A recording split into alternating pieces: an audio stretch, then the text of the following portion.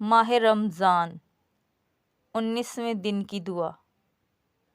اللہم وفر فیہ حظی من برکاتہ وسہل سبیلی الا خیراتہ ولا تحرمنی قبول حسناتہ یا ہادیا الی الحق المبین۔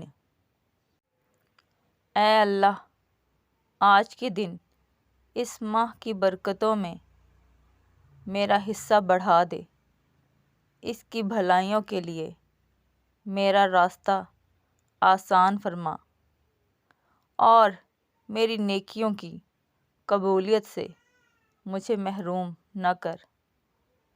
اے روشن حق کی طرف ہدایت کرنے والے!